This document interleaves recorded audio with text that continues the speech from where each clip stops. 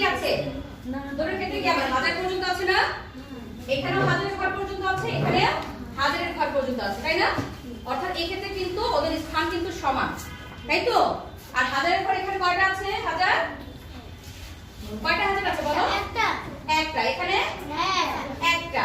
Good. এবার শতকের ঘর দেখো তো এখানে কয়টা শতক আছে? দুইটা। দুইটা। এখানে কয়টা আছে? একটা। তাহলে কোনটাতে বেশি আছে?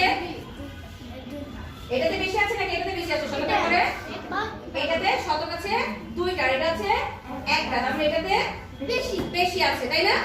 আর এই ক্ষেত্রে দেখো দশক, দশকের ঘরে কয়টা দশ আছে? একটা দশ।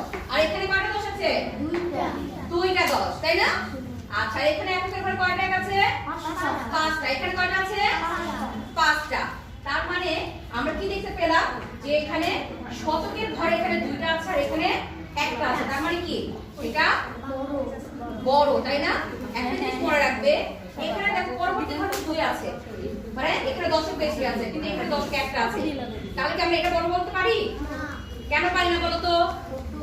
হ্যাঁ, দশের থেকে ঘর তো মানে কি ছোট, তাই না?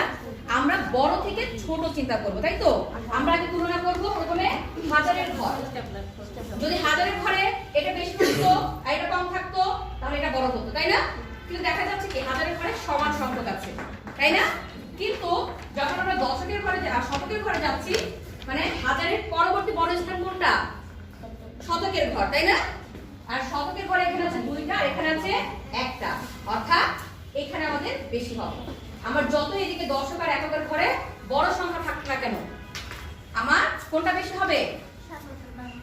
যেটা বড় স্থানে যেটা বেশি আছে সেটা, অর্থাৎ শতকের ঘরে এখানে বেশি আছে, তাই আমাদের বড় সংখ্যা কোনটা?